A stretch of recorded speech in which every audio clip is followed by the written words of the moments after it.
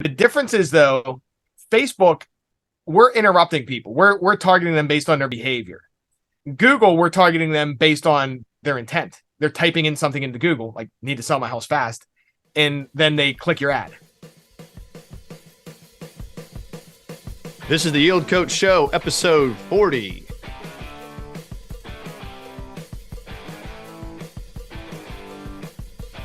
Hey everybody, this is your coach Ian Brown. A few announcements. Yield Coach Capital has opened its doors to investors looking to multiply their money while working with yours truly and our varsity investment team.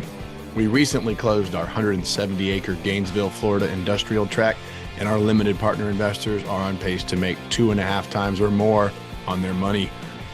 That opportunity is gone, but don't miss the next one. Be sure to join our investor list and never miss a deal again.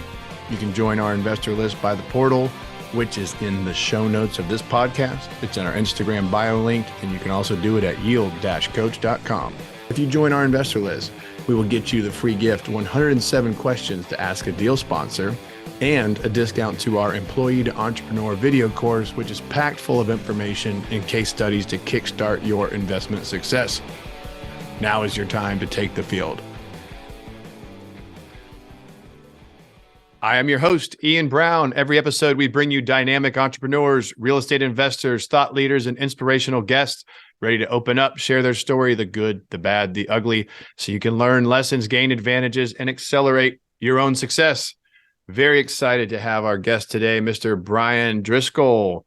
Bryan has created an interesting platform. It's called Motivated Leads.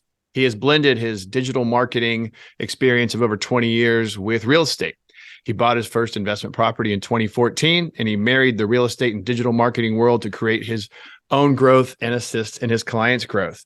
Now he owns over $5 million in real estate, and he's going to tell us how to make it happen. Bryan, welcome. What's up, man? Thanks for having me. Oh, it's our pleasure. We've been fortunate. Our guests have been a little varied lately, and I personally enjoy that. So it's not just hardcore investors every time. So I'm excited to have somebody like yourself who is an investor, but brings 20 years of this digital experience, which is not a strength of mine. So I think we can have a little bit of fun. I'm an authentic, uneducated digital newbie. So I'm kind of old school. So I think we'll have some fun with some of these topics. But tell us about yourself, Bryan. Yeah, sure. So like you were saying in the beginning, I got into real estate. I'll even take a step back. I got into real estate initially back in 98. I bought one of Ron LeGrand's courses in the back of the room, pulled out my credit card, and I bought his course. Got a whole bunch of leads. We were doing newspaper back then. It's like putting out in the newspaper. I got a whole bunch of people calling me. I didn't know what to do with them. So pretty much failed miserably. Didn't have any money. Didn't know what to do. And then I got into digital marketing probably around 2003, somewhere around there, early 2000s, on a platform called, it was Odesk. Now it's called Upwork. And I was just freelancing on there for like $20 an hour, self-taught doing SEO. And I started getting really good at it. So that turned into an actual agency. So I was consulting. Then it turned into an agency called Think Big Marketing, where I was dealing with large e-commerce companies, lead gen, like national stuff, and it was just all the different niches, right? So just a general agency. And then I got back into real estate about 10 years ago. I got my first deal off a wholesaler, and I saw the wholesale fee. I found it on Craigslist, right? I don't know if you've ever found deals on there. And I saw the wholesale fee at the end. I'm like, geez, $15K, which the deal made sense with the fee. Like, I wonder if I could run my own ads and generate leads online. You know what I know. So I slapped up a website, started generating leads, and we were crushed it. So here we are today. That was the genesis, huh? Yep. Yeah, I think I've done 3 deals off of wholesale, and they were all a little bit different. I usually am not the wholesale buyer, but there was one. It was a downtown building in Jacksonville. The wholesaler did almost no commercial, and then here comes a 5-story, historically significant building in downtown where I live. And I was like, holy crap. And so it had a title issue. And at the time, I was doing title work. So I knew we could resolve it, but you weren't going to be able to resolve it without like an 18-month quiet title. We went ahead and bought it cash, finished the quiet title, and did really well. But I love the wholesale deals. They're like a little bit outside the box, where like you're kind of like your bread and butter, run-of-the-mill, single-family flipper type might not want them. That's just me personally. Right. And we did, what else did we buy from a wholesaler? Bought some land, and the land was being marketed just as essentially a couple of rental properties on an excessively large site with excess land. The zone, I went and researched the zoning, and it was great apartment zoning. So I went ahead and bought it, mowed the yard, cleaned it up, and sold it as a townhouse development site. So I do, just a little note to the audience, I do like to review and get on as many wholesale lists as I can, and kind of look for the ones that are outside the box to see, nothing against wholesalers, but to see if maybe they miss something because it's not in their traditional underwriting to deal with these atypical properties. But back to you, Bryan. Yeah. Hey, you know what? We're going to show it to 50 people all at once. Then give us your highest and best. You know, like I don't really like those games. But if you build good relationships with people and they know you're a serious cash buyer, a lot of times you get dibs. You know, I only buy in one zip code, so it's slim pickings for me. So, you know, I think we're going to jump around a little bit today. We'll have some fun. This buying in one zip code thing. Well, let's talk about that and tie it into this digital stuff, because I'm going to confess, I saw your one page and I was like, almost all of my deals, other than the 3 that I mentioned that were wholesale deals, a lot of them have just been, I've been in doing this for like 17 years. People know me as a deal guy or a broker, an attorney, whatever, but just kind of this problem solving investor guy. And so I end up having relationships that I literally get phone calls like, hey, what do you think about this? And I've had great opportunities through relationships. Let's talk about, you know how like we talk about forced appreciation versus passive. I feel like your world is almost like the forced appreciation of marketing, like the pay-per-click, the SEO, the mail. And I have done so little of that. So let's jump into this. You invest in one zip code, you dominate it. Let's talk about that. Yeah, sure. So I invest in one zip code mainly because I'm busy. Like I'm super busy and I don't want to drive. I bought a property, I don't know, maybe 5 years ago or something. And it was about 30 minutes away. And I do the rehab and I buy and hold, right? So we're fixing them up and I'm driving there like twice a week dealing with a contract. I'm like, dude, this is taking an hour and a half with meeting them. So I just decided I'm only buying properties I can get to in 5 minutes, which limits, it's like really, really limited. I'm only buying like 4 or 5 places a year now though, because of that. But also it's almost 100% passive.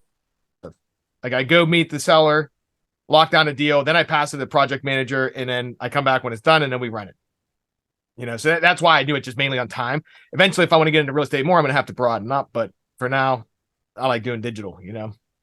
So let's talk about, and I understand that just on the proximity thing, I've done deals. My largest deal is actually 2.5 hours away, but we have full third-party management. It's an 83 unit apartment complex. And that one is actually incredibly easy. However, what I've noticed is the medium to small deals that there might not be enough margin to bolt on full third-party management and still hit the numbers you want. Some people would say, well, just do a better job underwriting, pay less, and bolt on management. But I think, especially in today's environment, well, I'll speak for Florida, it's still very competitive. We still have some markets that are actually appreciating year over year. I know other parts of the country are having declines, but as of this conversation, we still have multiple markets in Florida that are year over year up as of right now. What I'm getting at is like, to make some of these deals pencil, you might have to self-manage them, or if you pay a manager, you might just break even. So to your point, keeping within 5 minutes within one zip code and dominating can be a good approach. What kind of stuff do you do to dominate this zip code? So basically I'm cherry picking. So I do generate leads on a national level, right? So we market in Pittsburgh and I send all the other leads to everyone else and I just keep the zip code. So it's basically like anything that comes here. And then what happens is if I get a lead here, I'm on the phone with them in like 2 minutes. I'm usually meeting them within an hour. Like to dominate digital, you have to be fast. You have to know what you're talking about and be able to build relationships with people quickly and lock the deal down.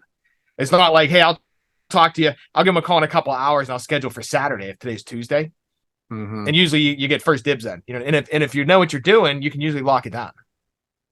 So you're marketing for sellers to owners nationally, and you're keeping all those leads that are in your 5 minute nearby zip code.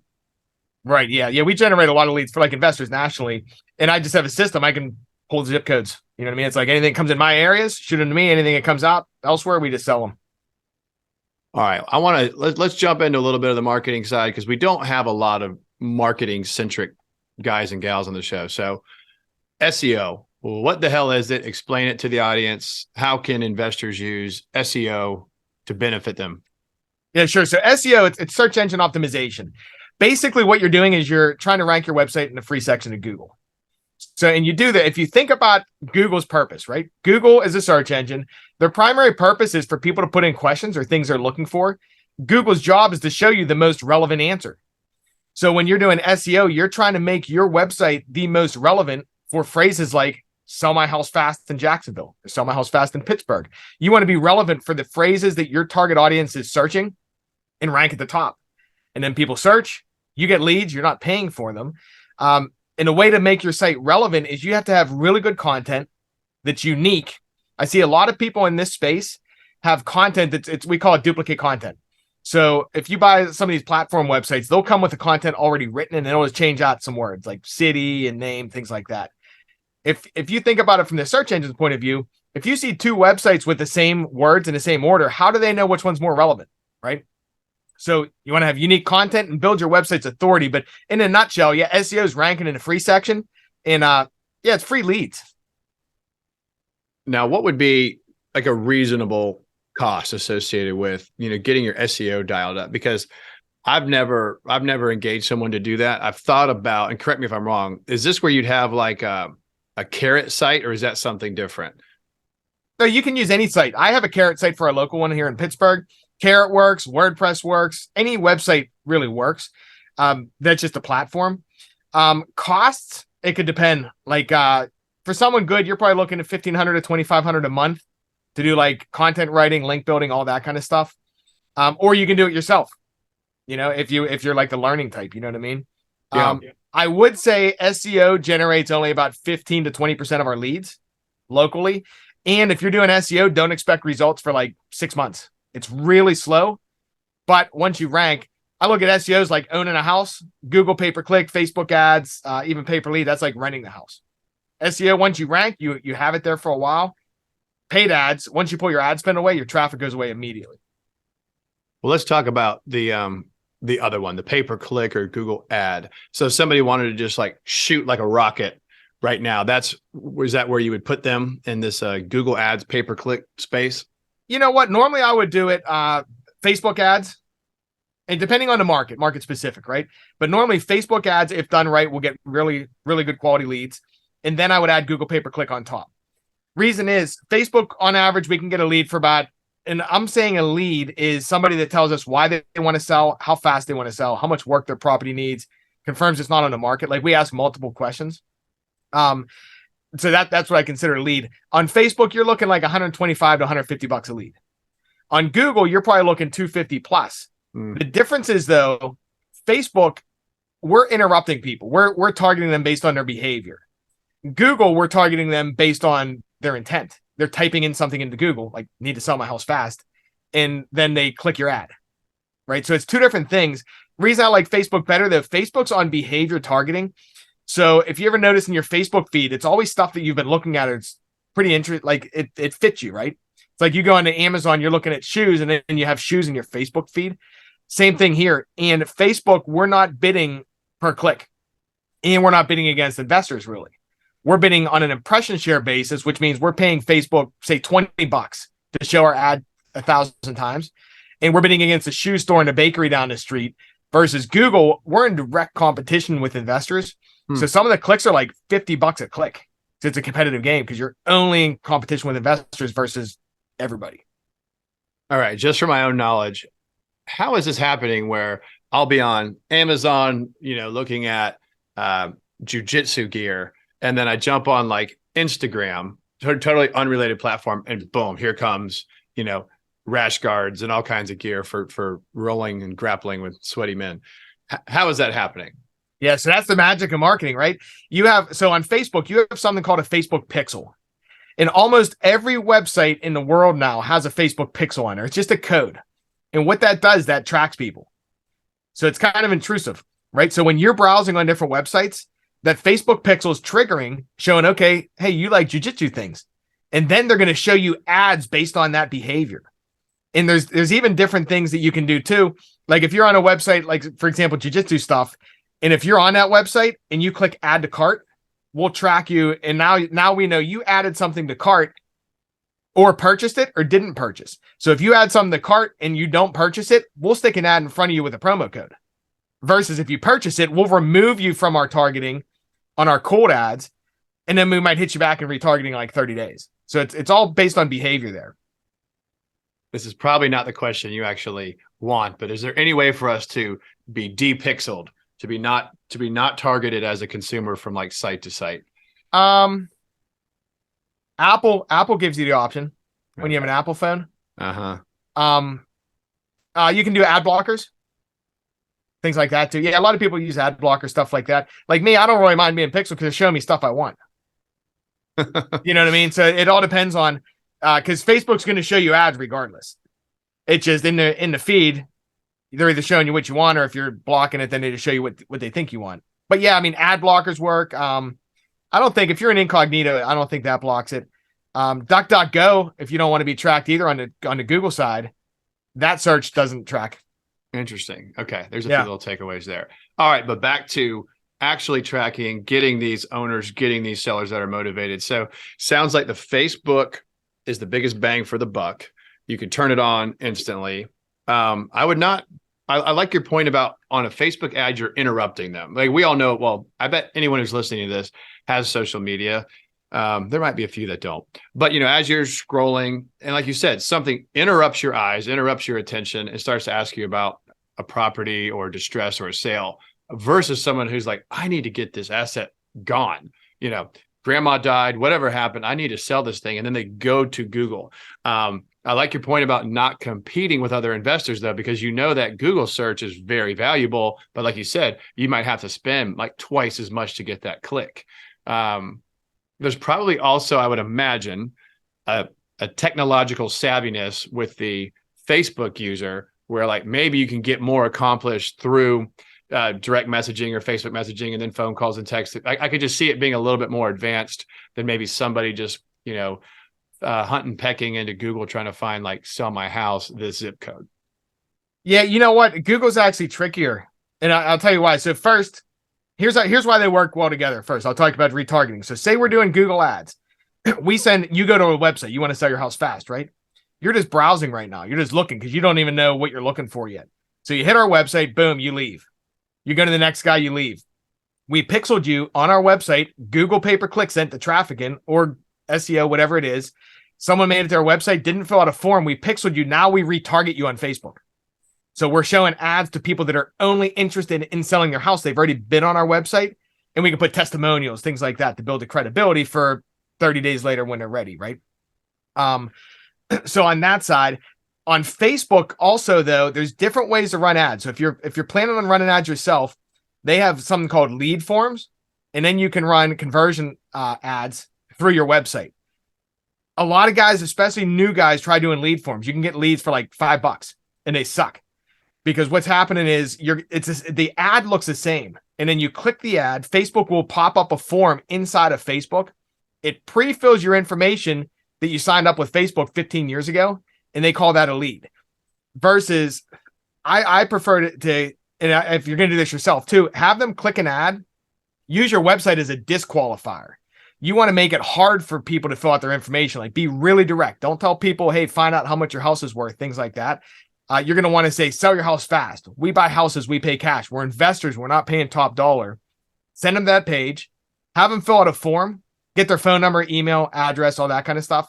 Then after you do that, fill out a second form with all the additional questions. Like, why do you want to sell? How fast do you want to sell? How much work's it need? Once they fill all that out, then that's a quality lead because the other people just dropped out. Mm-hmm. So I know it was a long-winded answer, but those are the things I'm looking at on that side. And no, I can see that where you split it. Yeah. So like take the core contact information first and then take them to like a stage 2, because at least you haven't lost the contact or that amount. You could, retarget or whatever, or reach out to them. But then you have the second phase with all the information about the property. Right. Yeah. Do you do anything? Well, before I go to that, just so you know, I'm going to ask you about like physical mailers and things like that and those little robot pens, but that'll be next. What is your favorite combination with digital marketing to generate leads? Because it's a competitive environment right now. Right. So I like Facebook and Google pay-per-click, and also depending on budget, it depends on everyone's budget. Like if you have $2,000 budget, start with Facebook. But I like in this order, Facebook, Google pay-per-click, and then YouTube and TikTok. We're testing out TikTok, things like that, and it's getting decent results. Same with YouTube ads, but I like everything on a digital side. Like I've done other things also. And even I'll take a step back too. All marketing is going to work. So I just happen to do digital because I can do it myself too. I don't have to pay someone to do it. But like if you're doing mailers, you're doing SMS, you're doing cold calling, like everything's going to work. It just comes down to the KPIs you're going to get if you do it consistently and don't just like send one batch of mailers. Mm-hmm. You got to give everything like a 6-month shot. But then, yeah, I like everything on a digital side. And obviously you can do a lot of this work yourself where maybe the audience would have to engage somebody like yourself or an agency to do some of it. What would be to actually, based on your experience, to acquire, to close on an investment deal? I'm sure you probably track that KPI. What is it? What's the average ad spend to closing? It's usually 1 out of 10. So it's going to be market specific, how much a lead costs. But usually out of 10 leads, 6 of them come through. They just want too much money or whatever. 4 of them in deals you want to lock up like you would want, and you lock down 1.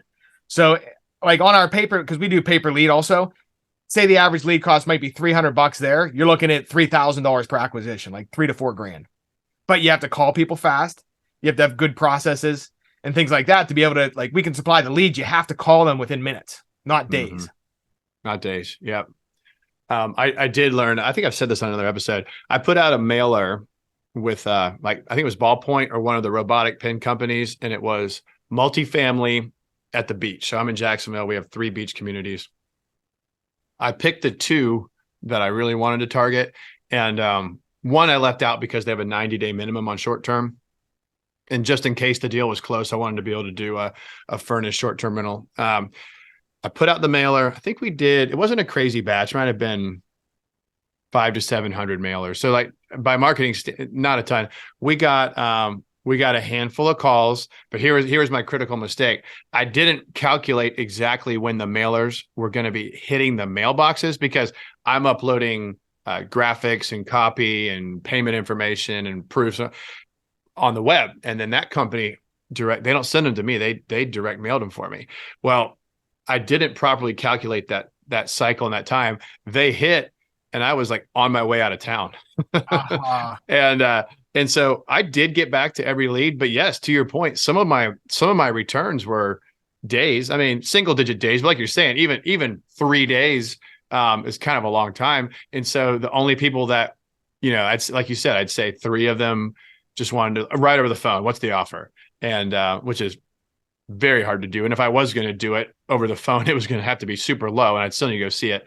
And then I had one that was really close, and I just narrowly missed him on timing. Ultimately, he changed his mind, but I feel like if I went there like the day of, not with pressure, but just with competence and enthusiasm, I probably could have locked down this duplex 2 blocks off the ocean at a pretty good price. But my point is, like, when you're running a small team, you have to be ready to field these calls, ready to move, or someone else is going to get in there and eat your lunch, or they'll lose interest.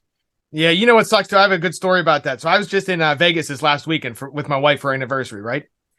I got a lead that came in our zip code. I called him back. It was it was Saturday. He's like, "Hey, I got 2 properties for sale in Bethel Park." Tell me the story. His dad just passed away, things like that. I'm like, okay.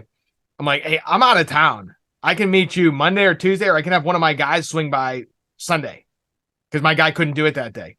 He's like, "Okay, have him come over Sunday." Next day, he texted me back 3 hours later. He says, "You know what? We went another direction." I'm like, killing me. So I called him back yesterday.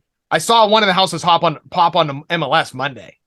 So I'm like, you freaking listed that. And it was fairly cheap. So I called him up, and I knew he had 2 properties. I'm like, "Hey, dude, like I told you I'm a cash buyer. You just listed on the MLS. Like I can buy it cash. What's up with your other property?" So I went and met him yesterday, put an offer on the other one.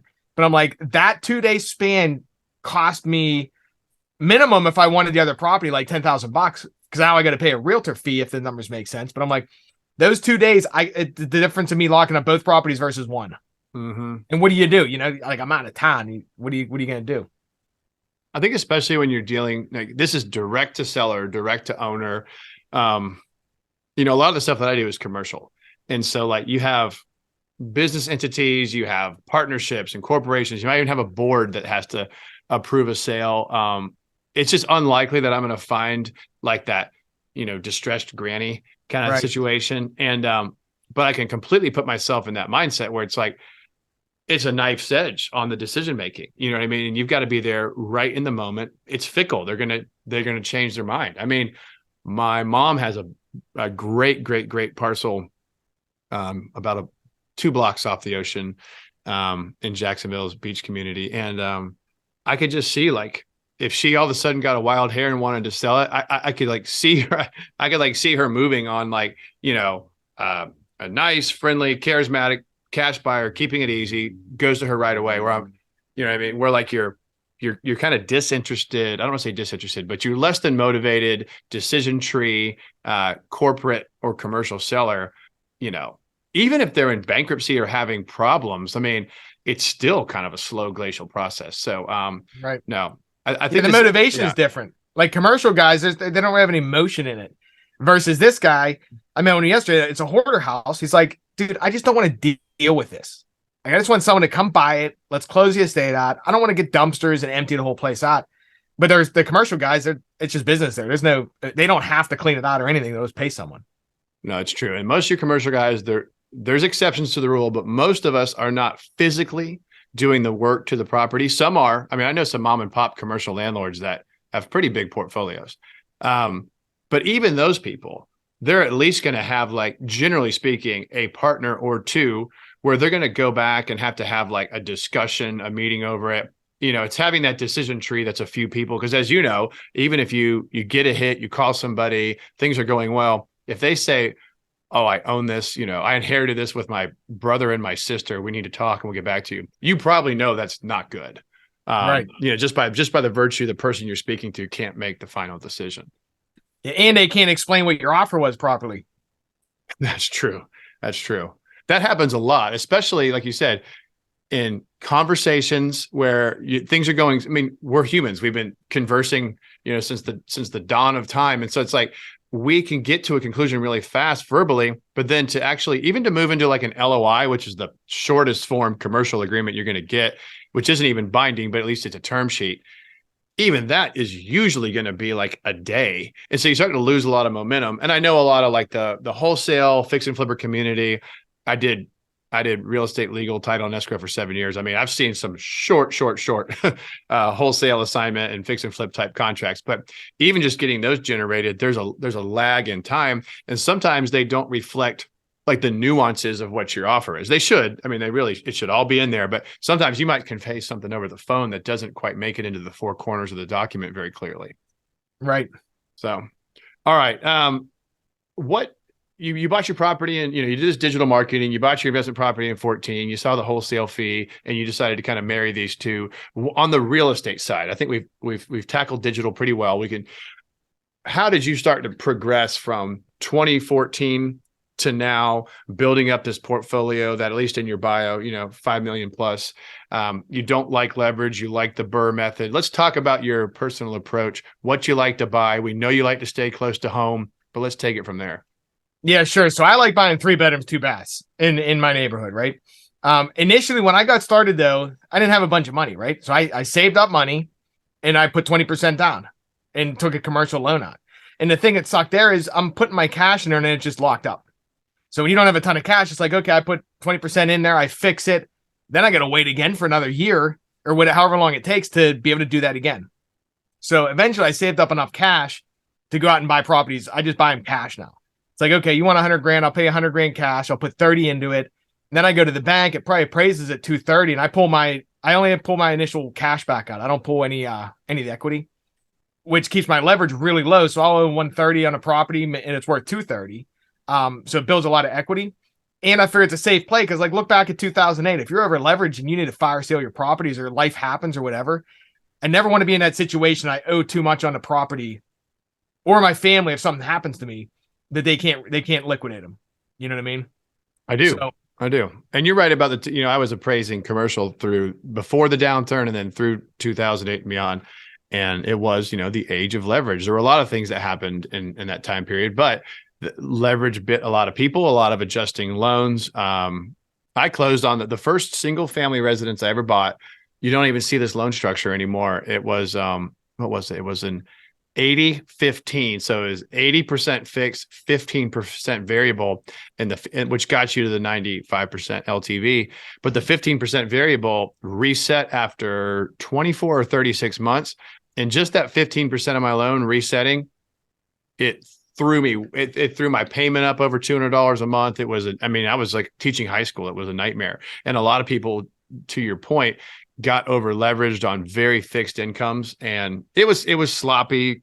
It was, predatory lending for some of it. But like all that aside, how you treat your debt really does matter. And now look at, I know you're not necessarily a commercial or multifamily guy, but the guys that are really feeling the squeeze right now got into bridge debt right around the beginning of COVID, kind of like your 2019, 20, 21, and typical bridge loans, 36 months, interest only with a balloon. And so payments are low because it's interest only. The old bridge product was almost the same nice low rate as your fixed takeout debt, just at a better leverage, and you could finance your CapEx. And then now those are starting to mature, and you're going to the market and the rate has doubled. And so that's where the dead fish are starting to float up in like multifamily or some of the distress. But to your point, let's just recap. You like to do a BRRRR where you buy the property. Let's just say the 20% goes in, you do your rehab. And when you refi, you're only recycling that original capital. You're not pulling out any new capital to go into the deal, correct? Right. Yeah. I'm not pulling any profit. I just my original capital. And you know what? It's funny you say that on the interest rates too, because so I take commercial loans when I refi. And normally they're 5-year adjustable, right? Like most commercials are 5 years. So I was even looking at this too, because I'm not over leveraged, so I'm fine, but I'm looking at the payments, they're going up. And I was thinking, boy, the people that are so close on their cash flow, when these interest rates reset, because they're going to reset within the next 5 years, that could put people under. Like it doesn't matter on one property if it's 100 to 200 under, but what happens when you got 100?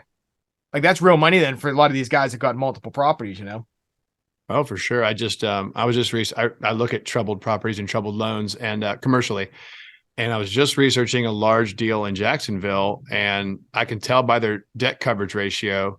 So your CMBS loans you can see the information on like Bloomberg and TREP, and now CoStar has it too.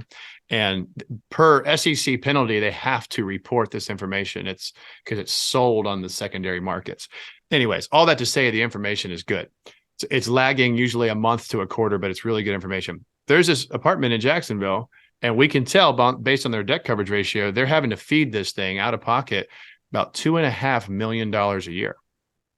So how long are they going to do that? You know what I mean? Even if they might do a capital call 1 year, but if your property is running like a 0.5, a 0.6 debt coverage ratio, you're not going to do that very long. So, but to your point, if you keep your leverage under control and you run a conservative business plan, you can avoid a lot of this heartache. I do agree.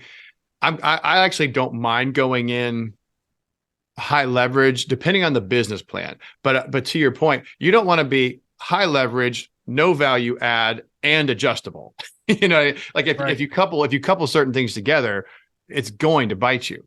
Then all you can do is really kick it off to another buyer and hope that the economy justifies some appreciation to the seller. So I think it's a big thing to watch. Interesting. Okay. And you know what? I'm a little different than most guys too, because real estate's not my business. So most guys need to pull cash out because they need to, that's their living expense. Me, I'm just pushing money to the future. So that's why I do it. You know what I mean? One, it does allow you not to fuss with it too much. And some guys that are buying we didn't really jump into exactly. The 3.2s, a lot of what you're buying, if you wanted to, you could find fully amortizing 30-year debt and not really think about it a lot at all. So how did you get up to, you did your BRRRR method. So you kind of recycled the same cash to get up to your current portfolio. What does it look like now? What's the portfolio? How has it evolved? Where is it now? Yeah. So I got about 25 properties now, all single families. Some of them are 2-bed, stuff like that. They're all in my area though. Single families. I have like 1 duplex, and basically I'm just trying to buy as many as I can, just because right now I look at it as it's free houses. If you buy them right, then you put money into them, fix them, you get your money back. The bank gives you the loan on it, and then tenants are paying it off. So as long as you buy it right, and I don't necessarily even need much cash flow on it because I don't need the income. So like I said, my situation is a little different. I'm just trying to acquire deals. Anytime they pop up in my zip code, I grab them. And the nice thing is you get to use the marketing services you're already doing for others and just, turn that energy on yourself and grab the ones you like. Exactly. In your backyard. All right. Well, that's pretty cool. And your goal is, as you said, just to grab as many as you can, be good to your future self. And and one day, do you see yourself just living off the properties or selling them, or what's the end goal with this portfolio? Yeah, my end goal, it's like the real estate's my contingency plan. Like if anything blows up, I want to have these properties and then you can just live off the monthly income. I don't think I'll ever like retire or quit working, but I'm in a digital space. Like it could be done tomorrow. Like everything changes so much. That's like my hedge. It's like, okay, I got all these properties over here. So I got income coming in if I need it. I don't need it now.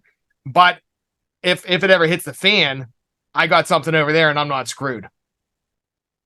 I like it. All right. You've got a couple things that I was going to jump into. One that's kind of interesting that we don't see too many guests put on their bio. You had at one point, this is kind of funny, and not funny, but it's here, so we're going to talk about it. How did you go from being 5'8", 240 pounds down to a lean 187 in a six pack? I'm not going to ask you to lift up your shirt on the show unless you want to. No, you don't have to. But take us through this transformation. You're not all financial. You've got it up here and you got it right here. Yeah, you know what? So last year I went to Disney. I took my family to Disney back in like January 2022, right? I saw a picture of myself. I'm like, man, am I fat? And like I always thought, like, I was one of these guys, tried doing stuff. I never knew what healthy eating was, right? I'm thinking I'm eating healthy and you're not losing weight. So one of my buddies, he owns a title company up here in Pittsburgh. He posted on Facebook, he went from 290 to competing in a bodybuilding competition. I'm like, dude, how did you do that? He's like, well, I hired Stacy. Like, okay, introduce me. So I hired this personal trainer. She's like 65 years old. She's a Miss Universe from back in the day, but she trains bodybuilders. So I went to her. I'm like, hey, Stacy, what do we got to do? She's like, well, number one, she put me on macros. She's like, don't eat more than 50 grams of fat a day, 150 grams of carbs, and you got to make sure you eat at least 200 grams of protein, which is hard. Like I was sitting there looking, I'm like, that's not going to be that much. And then you're eating boring stuff all day, like chicken and broccoli and all this. But I did it and I started like figuring that out. I was working out twice a week, lifting with her, cardio 4 days a week. And then mainly it was all eating, which was my hard part. Like I got like a fat man eating habits. You know what I mean? Like I'm going to eat a whole pizza, not two pieces. So I basically just started watching that stuff and tracking it on an app called Lose It, just tracking all my macros daily and trying to hit the numbers. And weight just dropped off of me. And then I was working out with her too and lifting. And it just dropped a whole bunch of weight off me. It's the first time I've ever been able to lose weight because I figure it's all math. Like I was always thinking, hey, you need to eat healthy stuff like peanuts and bananas with peanut butter. And it's like, no, that stuff has so much fat in it. You need to eat different things. You know, once you look at the numbers, it's not, you still have that discipline. It's not as hard though. So how long did this transformation take? This 240 to 187 post Disney epiphany transformation? It took almost a year. Hey. Yeah, because I was struggling with it too. Like I'd eat healthy and then I'd break. You know what I mean? So it should have only took 6 months. So like today, do you give yourself like cheat days, or are you just like macros with Bryan, disciplined? Here's my numbers. Don't miss workouts. No, so here's my problem. So I went and I hit a goal. I'm like so focused on getting to the goal. Once I hit the goal, I'm like, so what do I do now? Because I'm not going to eat like that all the time. So now I'm focused on more given. Like I was actually just talking with her yesterday. I'm like, I got to come up with like 20 things for breakfast, 20 things for lunch, 20 things for dinner. So I have choice versus just eating egg whites for breakfast. And so that's what I'm doing now is trying to figure out the balance, because like when you're focused on a goal, which you might relate, once you hit the goal, it's like, okay, what's next? And I'm like, okay, I got to figure out how to not have a specific goal. The goal is just going to be to maintain. You know, so that's what I'm dealing with now. It's like a constant struggle. Yeah, I think there's part of it's a personality type, and it's hard to say exactly. We don't have time to jump into personality profiles on the show today, but I've done plenty of assessments from Gallup to DISC. I was going to do the 16 personalities, but I've learned there's overlap in my results, and I have to I have high ideation in vision, but the problem is my personality type, if you look at the cons, I have to essentially hack or trick myself into procedure and structure. It's not like I can't do it, but when you mentioned that, it made me think of it. And you might suffer from this too. It's like once you hit it and do it, and I have a feeling you're able to accomplish things relatively fast, or maybe faster than maybe like an average person. And then once you get there, you have that success or whatever it is. financial, digital marketing, health and wellness, whatever it is, you like almost immediately can become disinterested, or dare I say the term, I wasn't allowed to say bored growing up, or I got chores. So I'm still afraid to say the word bored, but let's say you get bored or disinterested. It's like, you have to trick yourself into having like interest in it again. You know what's funny? You bring that up too. Do you ever do predictive index? I haven't done that. No. Okay, you should check that one out. I was one of the personalities. It's funny you say that though. That's one of the reasons I buy real estate. Like one of my reasons, I always called it goal-driven depression, right? So I'd shoot for like a really big goal, and then I'd hit it, and I don't know what to do next, and I'd almost get down. So like one of the ways I trick myself is I always have a project going up. It's like, okay, I'm not waiting to close on this property and fix it up and be done. I'm gonna have another one going at the same time. So real estate's kind of like my thing. That's always my constant, something going on. And then I have the other goals in business, things like that too, that we can hit, but it never goes from hitting a big goal to nothing happening. Because it's literally like I'd get down. Like I'm like, I don't know what to do. I got to get my mojo back. Yeah. So we, the audience, that the steady audience knows this, but I closed on a 506c syndication almost exactly a month ago, at least from the time that we're talking. And I'm 170 acre industrial tract in Gainesville, killer deal. I'm driving away from closing. My partner and I were in separate trucks. We off we go, and I'm driving back to Jacksonville. It's like a 90-minute drive. I don't know what came over me. No music. I took side roads I don't even know why I did it. I'm driving to the pastures. You can almost just hear like dust in the wind playing softly. I'm like a state of like serene yet calm quasi depression. And I wasn't like clinically depressed, but I was like, wow, it's over. We did it. But there's like this like sagging, pulling, like almost letdown effect when you get done with that was over a year-long effort, and it was a big deal to get it done. And then it's over, and you're like, oh, yeah. What now? I gotta like like you said, like hack your way back into like productivity and excitement. It's like that big. It's almost like a hangover from the big deal. Yeah, and most people are like, hey, you got to celebrate. Like, I don't think I've ever celebrated a goal. Like, it's like immediately when a goal hits, I'm done with it. You know what I mean? So it's like, you figure that's a big deal. You took a whole year to get it, and those people would be out celebrating, but I don't know, some people just don't work that way. No, I'm probably more in your mindset when it comes to celebration. It's funny. I like to celebrate for others. You know what I mean? Like I have 3 kids. I'll make a big to do about like, honestly, fairly like mundane, mediocre accomplishments. But like when it comes to my stuff, it's like, I mean, I remember like the day that I essentially on paper was like, okay, I'm financially independent. These assets that don't take much of my time pay for all of these life expenses, and I could theoretically do this into perpetuity forever. So by definition, financially independent. Right. And I was like, I maybe smiled for a moment, and then off you go. Like there was like, and what's funny is, not to get too far on like the personality and depression and anxiety thing, but a lot of people that live in the past or are like retrospective, they tend to have a little more depression. Maybe not clinical, but they might be a little bit more melancholy. And then a lot of people whose mind is in the future oftentimes have to regulate like some level of anxiety or stress. So obviously the golden thing would be living in the moment all the time. I think that's a little tricky. I do think it's a good goal, but I know for me, I'm rarely depressed, and it strikes me when it happens, and it's usually because I'm in an ultra reflective, retrospective state. Usually I'm on like 9 goals in the future, and if anything, I'm just a little wound up, but I'm not depressed. Yeah, I'm with you there. It's like, you seem kind of similar to it. I'm just always driving. It's like nothing's going to be good enough. It's like, okay, cool, we did that. Obviously, I didn't shoot for a high enough goal yet. Let's go again. Yeah. All right. So I've been enjoying this. I do have, some, we're kind of accidentally going into some of this mindset stuff. You mentioned that you've got the balance of family and work. We both just confessed that our mind is routinely racing in the future. How do you stay present with the family, balance all this out while, running your digital marketing company and building your real estate empire? Yeah. So initially when I started, I just wake up real early. Like I was never a morning person.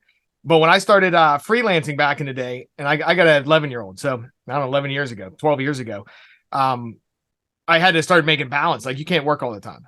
So I just started waking up earlier, and I had a full-time job then. So I was waking up at like 5 in the morning, working from 5 to 8, going to work 9 to 5, then setting up dinner with the wife, and then working again.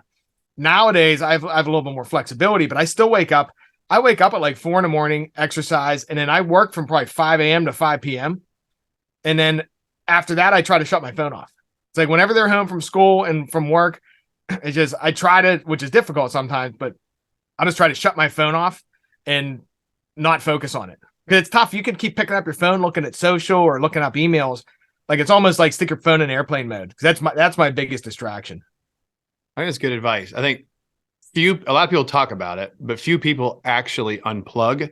And there was something here in your bio about camping and like, we'll go camping and sometimes we'll go to like music festivals or we'll just go camping in the woods. But what's nice is there's really no reason when you're with your family and your kids, there's really no reason to be like carrying around your phone. I mean, maybe one person can to take photos if you want to do that, but it is so nice just to have like an entire day or multiple days where you are not on your phone. You're just playful with your kids. Your mind can be, imaginative. And I'm around my extended family and I'm not going to, call anybody out, but a lot of times, people are they're near each other. They're in proximity to each other, but they're, scrolling, showing stuff to each other on social. And is it that inherently a problem? Not necessarily, but I think the balance is what we're talking about here. I've never had like a great deep thought epiphany, while answering emails and scrolling social. I might laugh, I might be entertained. The nature of marketing, it might make you jealous or happy or sad. I mean, it's they're trying to get your attention, and, but like to actually have like a deep, insightful epiphany or make a big decision, to me, it's usually when you're present in the moment. I think a lot of people have those epiphanies, like they're unplugged, they're with their family. And some people have them while they're like in a flow state, like surfing, I do jujitsu, or it could be mowing the yard. It's just enough to where it does take your attention to do it, but your mind can run to other places. And then boom, all of a sudden you're unplugged and you can actually think and have vision. Like the shower is a great one. Yeah. Good ideas in there all the time. There's nothing else to do. Exactly. You get tired of singing and hearing your own voice, and then out come the ideas. Yeah. Camping is great though. That was a great thing for a family because we go there and it takes my brain like a day to shut down. So like I'll go there and I'll check my phone right in the morning, see if there's anything needed. And I just leave it in the camper. And then the whole day there's nothing. And I'll check it at night to see if there's anything. And it takes like after that first day, you're like, wow, this is calm, because your brain quits ping ponging all day. Well, Bryan, this has been fun. I'm going to take it into some of our closing questions. Sometimes we do a deal breakdown. I feel like we got a pretty good idea of my deal breakdown is how you find it, fund it, fix it, exit, and have a lesson. And not to put words in your mouth, we spent a lot of time talking about the different forms of digital marketing, which is your bread and butter for finding it. We know how you funded it, your own personal money. And of course, you mentioned you use commercial style residential loans. Your exit is a hold. We didn't really talk about your fixes. Do you have a common renovation plan, or is it totally varied? What do you typically do to your investment properties? Normally I'm going in, we're putting in new floors, new kitchens, new bathrooms. We're not doing like super high fancy kitchens because they're rentals. We usually go to Lowe's, just our white box cabinets. But that's basically it. Paint and then whatever else it needs. Like every property is going to be different. Like sometimes I had to go in, one property had a bad foundation. Like we literally pulled the foundation out and put a new one in. But I try to stay away from that stuff now. I try to go with the ones that's basically clean it out, paint it, new kitchen, new bathroom, and windows if they need it. And that's about it. Usually like 30, 40K. And what would be, and we know your exit because it's a hold, you're a Burr investor, you're portfolioing all this. So the last one, number 5, is lessons. Over the, I think 25 properties you said in your portfolio, some lessons that you would impart on people from that journey. So lessons, like one lesson would be for people not doing deals and just thinking about to go do it. Like that's one of the biggest ones, take action. And then also like me, I found that having a property manager is great for me. So my problem when I first started was I would rent to people and they would talk me into renting to them. And then I would get punished because I rented to a bad person. So I found now if I have that buffer of a property manager, number one, they can do a better job than me because it's their business if you get a good one. But now renting to people is just a number. They show it to me. It's like, okay, pass or fail, versus the people that are like, hey, you know what? My credit's bad and this and that, but I promise. And then you rent to them and then you get a trashed house in the 6 months. So that would be a big one there. Mm-hmm. I think that is a good lesson. I have 7 Airbnbs in Jacksonville. I like I said, I don't manage the big 83 unit, and it's great. I will say the 7 Airbnbs, 2 of them are long term, meaning 6 months or more, no short term tax, at least in the state of Florida. And there's something to be said about the professional intermediary. I don't have it with my local stuff. I do have it with the other, and I have this. It's a good habit to see yourself in others, but it can be a bad habit when you're doing your leasing. I almost rented to. I mean, this guy came up screeching up on his Harley, which is fine. I mean, ride motorcycles all you want, leather vest, arms blazing, no shirt, and he wanted to pay. He wanted to pay for 6 months at $3,500 a month, cash on the spot. Where do I sign? And I was like, I almost did it. and then I said, and I did have another couple showings lined up. I said, respectfully, I need to show the property a couple more times. Well, I got a little bit of breathing room. I did find another candidate. And in hindsight, that guy, if he did go ahead and proceed, he had a bad record that what he was trying to do was essentially go so fast that I wouldn't find that out. And then I have a feeling, because this was also during COVID, he was just going to squat in there. That was going to be the last money I ever saw. And then I was going to have the pleasure of, maybe a year trying to get him out of there. So yeah, good lessons there. All right. Closing questions. We're just a little bit of a fire round. What are the most impactful real estate or business books that you've read? Richest Man in Babylon's the number one. I did that one on audio. I like that one. It's an easy one too. It's easy. I like the ones that are plainly written. I think that's why Rich Dad Poor Dad gets brought up so much. It's like, it's easy to digest. Good one. Yeah. I use that one, the 5 Laws of Gold. Anyone looking at it, at least look at the 5 Laws of Gold. It will change your life. Cool. When you're not building this portfolio and smashing your digital marketing business, what do you do for fun? I do barbecue, which now with losing weight, that's a little harder. We're doing chicken and things. And then, just mainly hanging with the family. I like traveling. So like going to the beach, taking them down, Florida, Disney, all that kind of stuff. Excellent. And what's your best advice for eager young entrepreneurs? Just take action. Get out there and do it. Go find it. Don't get, like I see, especially in the digital space, a lot of people get held up in design of websites and logos, things like that.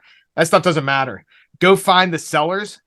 And then if you don't know what to do with them, find someone that does in JV. Like, just go out there and do action versus just being a bookworm.